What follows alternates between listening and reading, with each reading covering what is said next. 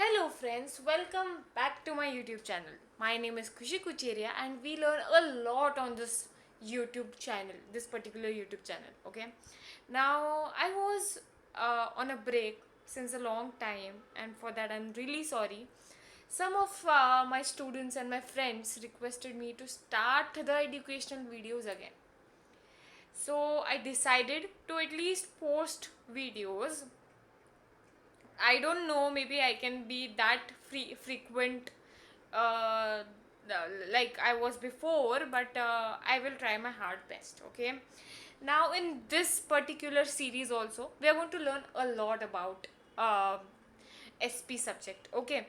And we are going to create suspense and we are going to move forward like your Indian television serials, okay? So, hope you all like my videos and hope you all really like it. And please like, share, and subscribe if you are new to my channel. And let's start, okay? Yes, we have heard a lot about share markets in different words like stocks, scripts, investment in share markets, and what not. We see this all things in our daily life. Maybe some of your parents may be investing in share markets and having great returns in return, right? Now, being a commerce student, you should be curious to understand all of this. Okay, and trust me, guys, it is very, very, very interesting to know all about share markets and their procedures and etc. etc. Okay, now in this particular video, or maybe just leave about this particular chapter from the beginning of our commerce, from the beginning of SP subject. Chapter 1, it can be chapter number 2, and now it's chapter number 3. We are learning all about companies, corporation of companies, shares, types of shares, debentures, and maybe what not. Be sure that you have cleared your first and second chapter, third, and then you are moving on to the third chapter. Trust me, you will find it very easy and very interesting to understand this particular chapter's theme, that is issue of shares. How do company actually issue the shares? You should all have these questions. What happens when the company issues a share for the first time? Is there a very long procedure for that? Or what happens when companies issues the shares and for the second and for the third time? Is there any special treatment for the existing shareholders? Or maybe is there any special treatment for the employees of that particular company? There are a lot of questions. What is the assurity of shareholders? Is there any share certificate? What is it all about? Let us understand everything in this chapter. Friends, let's make it easy, okay? In chapter number 2, we studied the different sources of finance that a company can use to raise funds, okay? Now, the capital structure of a company consists of owned capital, borrowed capital. Owned funds are made up of equity shares, preference shares, and retained earning. We all know this, okay? Now, a company limited by shares raise share capital by issuing shares. In this chapter, we will study in detail how a company issues different types of shares depending upon its needs. We will also learn about various concepts related to shares. Before moving to the concept, let us first talk. Okay, talk about Indian families, or maybe Indian families but in पुराना ज़माना. Okay, पुराने ज़माने में Indian families कैसी थी? When we talk about moms, moms क्या करती थी? ठीक है, I am just taking an example of maybe rice. हम चावल का एग्जाम्पल लेते हैं, राइस का एग्जाम्पल लेते हैं, तो जो यूजुअली इंडिया में सब लोग खाते हैं, कंज्यूम करते हैं. ठीक है ना, बेसिकली होता क्या था कि जब भी हम राइस की बात करते हैं तो राइस आपके पेरेंट्स पूरे साल का, अब भी मुझे पता नहीं कि किसके घर में कैसे होता है, but I am just giving an example taking in mind the typical Indian families. Okay, हम लोग राइस, पूरे साल का राइस स्टार्टिंग में या फिर कोई एक मंथ हमने डिसाइड कर रखा था, उस मंथ में कंसिक्वेंटली हम राइस पूरे साल का भर कर रखते थे, राइट। फिर उस बड़े से जार से, it can be very very big, 25 kgs, इतना बड़ा जार, ठीक है, उस बड़े जार में हम पूरा राइस साल भर का भर देते थे। ना after that what we use to do is, जैसे जैसे आपकी मम्मी को चावल की रिक्वायरमेंट रहती थी, वैसे वैसे आपकी मम्मी उसको छोटे कंटेनर में भरती थी। It can be of 1 kg container या फिर 2 kg ऑफ कंटेनर। उस बड़े पतीले में से एक छोटे भगोने में या फिर एक छोटे कंटेनर में मम्मी डालती थी, एंड डेली बेसिस पर उस छोटे कंटेनर से यूज़ करती थी। छोटा कंटेनर ख़त्म होने के बाद फिर से बड़े कंटेनर में जाती थी। Why am I saying all this? छोटा कंटेनर, बड़ा container, what is all of this? ठीक है guys, what was that rice वाला example, you will understand it right now, ठीक है। अभी ये वाला वीडियो थोड़ा बड़ा बनेगा क्योंकि this concept for you guys to understand is very important, and I cannot make you guys understand this concept in parts. I need to make you guys understand this concept in one video, so you have to be very patient and understanding एक रखो, ठीक है। अभी है ना बहुत मज़ा आने वाला है क्योंकि ये कॉन्सेप्ट इंटरेस्टिंग भी है। Now what is this concept, what is this flow chart, let us understand. पहला यहाँ पे लिखा हुआ है ऑथोराइज कैपिटल। ऑथोराइज को नॉमिनल बोला है, रजिस्टर्ड कैपिटल बोला है। होता क्या है ये सब? जैसे आपकी मम्मी ने इतना सारा 25 किलो का राइस भर के रखा फॉर योर होल ईयर, वैसे ही जब कंपनी डिसाइड करती है कि अब हमें लिस्टेड कंपनी बनना है, तब उसको एक ऑथोराइज कैपिटल डिसाइड करके रखना पड़ता है। Now that company can decide कि उसका ऑथोराइज कैपिटल कितना होना चाहिए। दिस इज नॉट फिक्स्ड कि सारे कंपनीज का authorise capital can be 10 lakhs only, no. This company will decide कि भाई हमारा जो इक्विटी शेयर का जो रजिस्टर्ड कैपिटल होना चाहिए वो इतना होना चाहिए। फिर जैसे जैसे हमें इशू करने की ज़रूरत पड़ेगी वैसे वैसे हम आगे इशू करते जाएंगे। सो this is a basic concept of registered capital. Here the example is of 1 lakh equity shares. Come on, you all know that what is equity shares, and now I'm not going to bother one more time for you guys to understand what is equity shares. You have to be thorough with your first and second chapter, ठीक है। अभी 1 lakh equity shares company बोलती है ठीक है हम 1 lakh equity share authorise करते हैं और एक शेयर की प्राइस होनी चाहिए face value. I am talking about face value. 2 values होती है, उसको भी आपने पहले के चैप्टर्स में भी किया है और आगे जाके भी वो और अच्छे से होगा। Not issued price but face value is 10 rupees per share and the total amount is 10 lakh rupees, ठीक है। Now this authorise capital of this particular company is of 10 lakh equity shares का अमाउंट, ठीक है। अब क्या होता है, आगे कंपनी को पड़ती है ज़रूरत of capital. So what company does कि भाई चलो 4 लाख रुपए का जो कंपनी को ये है ज़रूरत है कैपिटल की, तो कंपनी क्या करेगी? अब कंपनी करेगी कि इसमें से कंपनी ने क्या किया, इश्यू कर दिया 40,000 equity shares into the face value of 10 rupees each, that becomes 4 lakh rupees.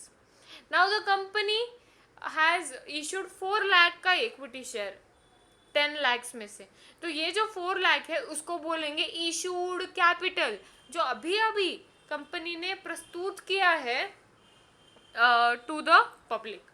But that remaining capital जो 10 lakhs में से 4 lakhs आपने इशू किया बट 6 lakh जो बचा हुआ है उसको हम बोलेंगे unissued capital, that is kept somewhere.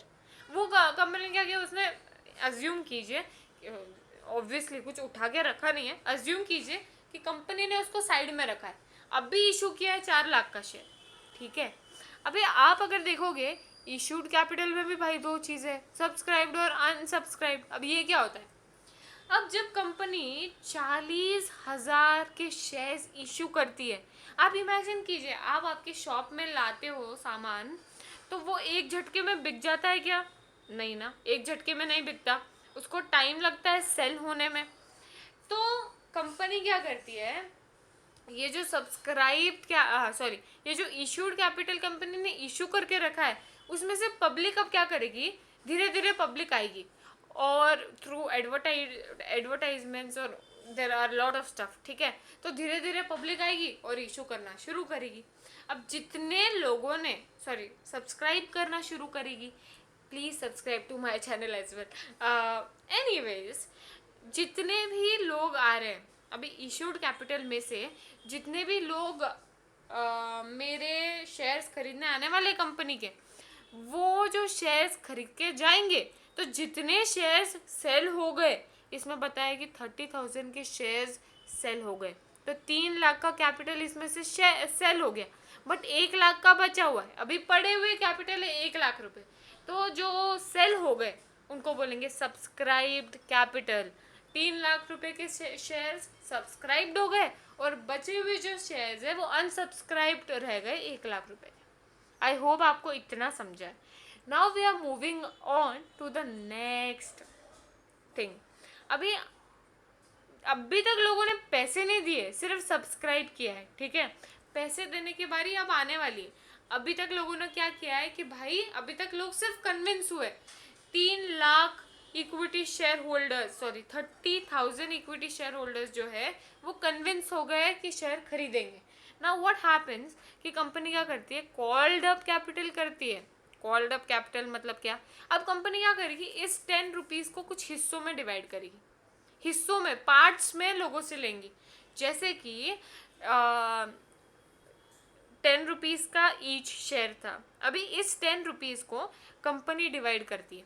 अभी पहले वो मांगेगी, ठीक है 5 रुपीज़ आप अभी दे दो, फिर बचा हुआ 4 बाद में, और एक आधा कुछ रिजर्व कैपिटल भी रखती है, ठीक है। रिजर्व कैपिटल वगैरह सब क्या है वो हम और भी डीप में जानेंगे, अभी आप सिर्फ फ्लो चार्ट समझने में फोकस कीजिए। सब्सक्राइब कैपिटल जो 10 रुपये का एक सब्सक्राइब कंपनी ने ये किया था, एक इक्विटी शेयर फॉर 10 रुपीज़, उसमें से क्या किया कंपनी ने, कॉल किया फॉर 5 रुपीज़, तो 30,000 इक्विटी शेयर होल्डर्स को कंपनी ने 5 रुपीज़, वो जो 10 रुपीज़ है ना उसमें से कंपनी ने बोला कि भाई 5 रुपीज़ अभी आप दे दो, तो जो कंपनी पैसा मांग रही है अब उसको बोलेंगे कॉल्ड अप कैपिटल। बचे हुए 5 रुपये में से 4 रुपये कंपनी क्या करती है, बोलती है अनकॉल्ड, जो बाद में मंगाएंगे, और जो 1 रुपया है उसको साइड में रिजर्व कैपिटल बोल के डालेगी। You have to be very patient for understanding the reserve capital, धीरे धीरे कहानी समझ में आएगी। अभी आप फोकस कीजिए ऑन द कॉन्सेप्ट कि क्या है भाई, ये फ्लो चार्ट क्या है इतना बड़ा दिया हुआ, मतलब इतना टफ जा रहा है अपने को, क्या है ये, तो इसको सिंपल बना रहे हैं अपन। अब क्या कर रहे हैं हम, सिंपल बना रहे हैं, ठीक है।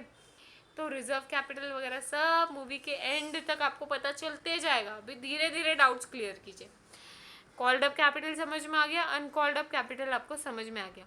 कॉल्ड अप कैपिटल में से ऐसा तो नहीं है कि सारे लोग एक साथ भर ही दिए पैसे, ऐसा नहीं होता है।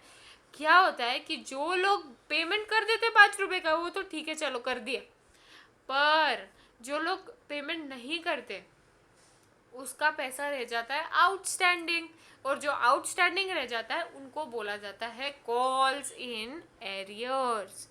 जो लोगों ने 5 रुपए भर दिए उनको बोलेंगे पेड अप कैपिटल, कि इतना पेड अप आ गया। 20,000 रुपये के जो इक्विटी शेयर्स है उन्होंने 5-5 रुपए भर दिए, पर ये जो 10,000 इक्विटी शेयर होल्डर्स है ये बहुत परेशान कर रहे हैं भाई, इन्होंने पैसे नहीं दिए अभी तक। जिन्होंने पैसे नहीं दिए उनको बोलेंगे कॉल्स इन एरियर्स, और जिन्होंने पैसे दे दिए उनको बोलेंगे पेड अप कैपिटल। तो पहले कंपनी डिसाइड करेगी कि इतना हमारा रजिस्टर्ड कैपिटल होना चाहिए, जिसको बोला जाता है ऑथराइज कैपिटल भी। उसके बाद कंपनी उसमें से डिसाइड करेगी कि भाई इसमें से हमको इतना इशू करना है, इतना अनइशूड रहेगा। इतना इशू करने के बाद इतने लोगों ने उसको सब्सक्राइब किया और इतने लोग अनसब्सक्राइब रह गए, ठीक है। इतने जो शेयर्स है वही सब्सक्राइब हुए सिर्फ, पर इतने जो 10,000 रुपये के शेयर्स है वो अनसब्सक्राइब रह गए। अभी ये जो सब्सक्राइब शेयर्स है उसमें से कंपनी डिसाइड करती है कि कब कब कितने कितने पैसे मंगाने हैं। तो कंपनी डिसाइड कर रही है कि कॉल्ड अप कैपिटल हम 5 रुपये का मंगा लेते हैं, बाकी का जो है वो बाद में मंगा लेंगे, उसको बोलेंगे अनकॉल्ड कैपिटल। और बचा हुआ जो भी कंपनी को रिजर्व में डालना है, इसमें 1 रुपया डाला है वो रिजर्व कैपिटल में डालेगी। सब समझ में आएगा, थोड़ा सा पेशेंस रखिए। कॉल्ड अप कैपिटल में से जिन लोगों ने पैसे भर दिए उनको बोलेंगे पेड अप कैपिटल, और जिन लोगों ने नहीं भरे, देने में नखरे कर रहे, उनको बोलेंगे कॉल्स इन एरियर्स।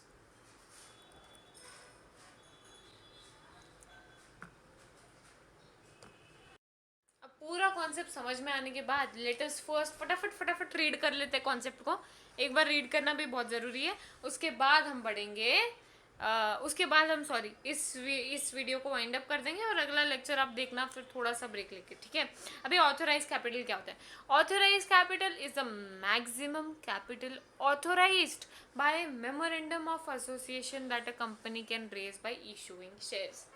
आपने पढ़ा memorandum of association, article of association, class 11th में आपने पढ़ चुका है ये सब। अभी ये जो ऑथोराइज कैपिटल है, ये जो मैक्सिमम कैपिटल ऑथोराइज्ड है, वो मेमोरेंडम ऑफ एसोसिएशन में मेंशन किया जाता है, ठीक है। It is also called as registered capital है, as it is mentioned in capital clause of memorandum of association. एक मेमोरेंडम ऑफ एसोसिएशन में हमने कैपिटल क्लॉज देखा था, उसके अंदर हम ये ऑथोराइज कैपिटल को मेंशन करते हैं।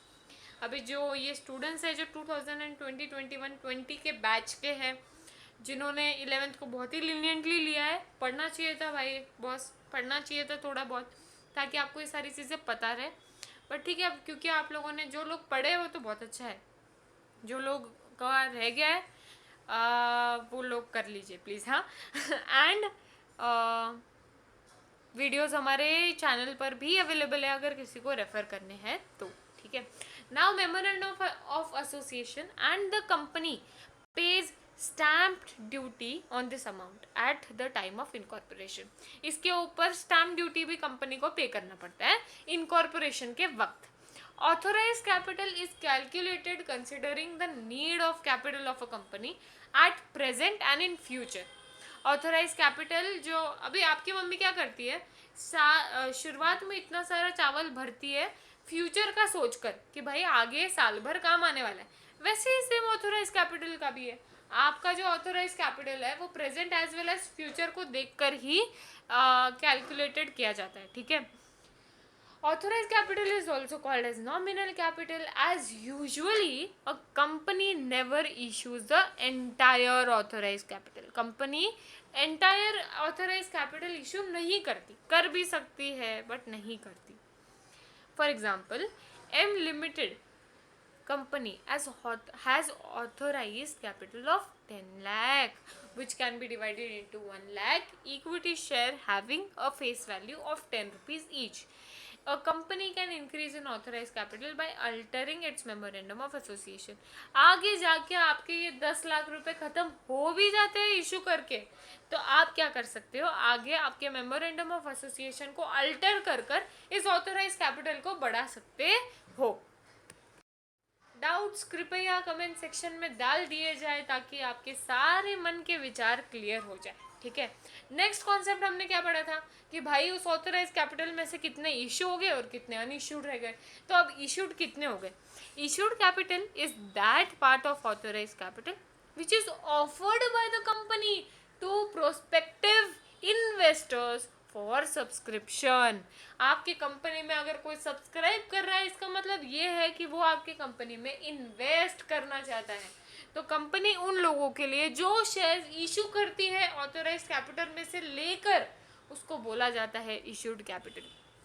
Thus, it is the shares that the company is offering to buy to the public to buy.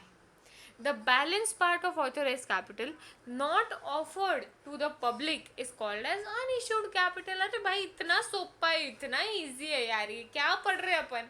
In future, the company can issue shares from the unissued capital. अरे भाई बचे हुए चावल में से तो हम निकाल के खाने वाले ना आगे, वैसे ही बचे हुए अनइश्यूड कैपिटल अगर हमें फ्यूचर में ज़रूरत पड़ती है तो उसी को तो हम इशू करेंगे, सिंपल है।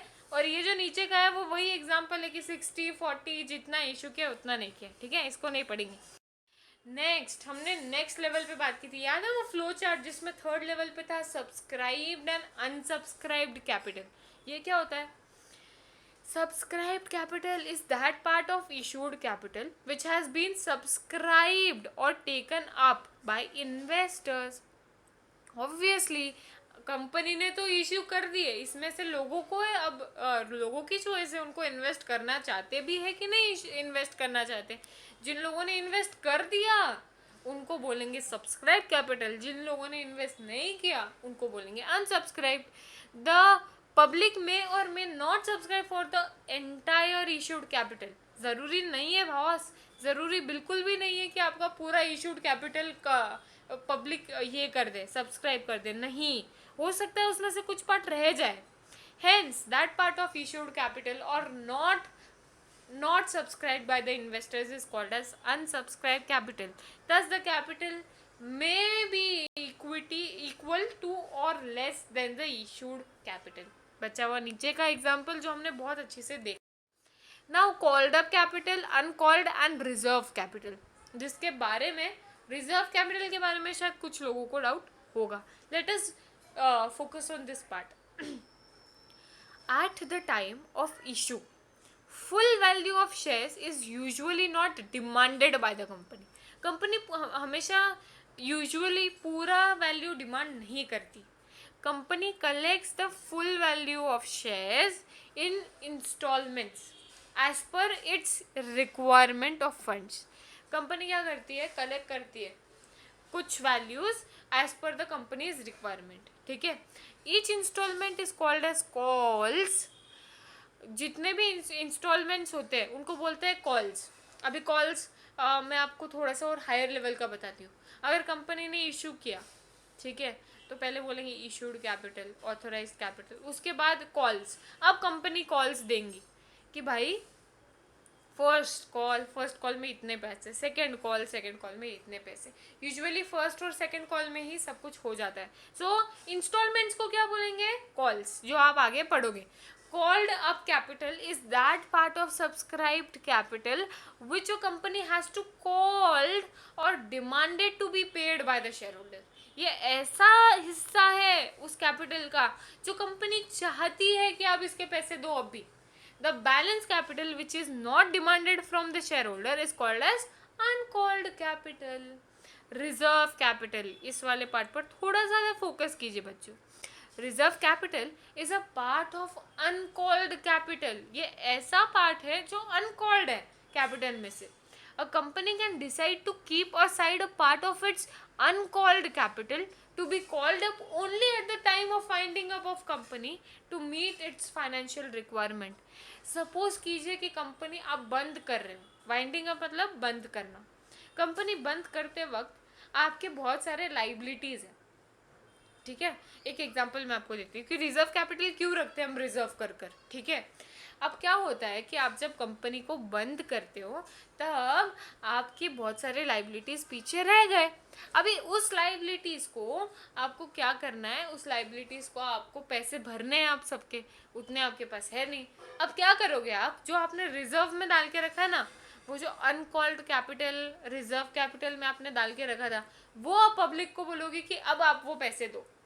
अब वो कॉल्ड अप करोगे और उसके बाद उनके पैसे भरोगे। So this is a part of capital which you kind of call at the time of finding up of a company to meet your financial requirements. नीचे का एग्जाम्पल आप बखूबी अच्छी तरीके से जानते हो। Next and the last part of that particular chart is paid up capital and calls in arrears, and I think this is the most easiest part of this video. Paid up capital जो लोगों ने दिए, calls in arrears मतलब जो outstanding है, unpaid calls है।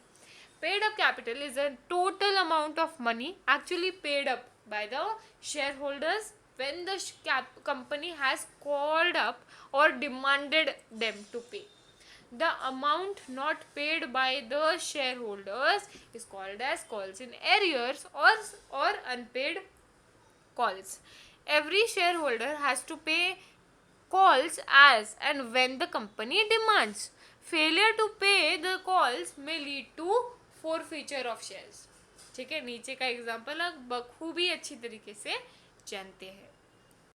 Friends, इस particular series के आगे का जो पार्ट है, methods of issue of shares, जो एक बहुत ही इम्पोर्टेंट, बहुत ही इंटरेस्टिंग और बहुत ही इजी हिस्सा है इस वीडियो का, और बेसिकली बहुत स्कोरिंग है इस सीरीज़ का। ये बहुत ही इम्पोर्टेंट हिस्सा अगर आप जानना चाहते हो। अगर आप जानना चाहते हो कि भाई एग्जिस्टिंग एम्प्लॉयज़ को क्या कुछ स्पेशल ट्रीटमेंट्स है क्या, या फिर कुछ इक्विटी शेयर्स जो ऑलरेडी आपने जिस चीज़ में इशू करके ऑलरेडी आप किसी कंपनी के इक्विटी शेयर होल्डर है, उनको कोई स्पेशल ट्रीटमेंट है क्या? अगर आप ये सारी चीज़ें जानना चाहते हो तो डेफिनेटली आपको क्या करना पड़ेगा गाइज, आपको करना पड़ेगा हमारे सीरीज़ को फॉलो और मिलना होगा मुझे अगले वीडियो में। और अगर आपको ये वाला वीडियो मेरा पसंद आया हो, अगर आपको एक्सप्लेनेशन पसंद आ रहा हो, तो प्लीज़ मेरे वीडियोस को लाइक शेयर सब्सक्राइब कीजिए।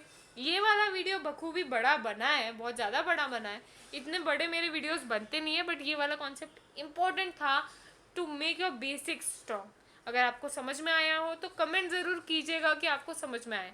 Thank you for watching this video till now, and if you liked please like share and subscribe so that I will be notified कि आपको समझ में आया है, आपको पसंद आया है कि नहीं. Thank you.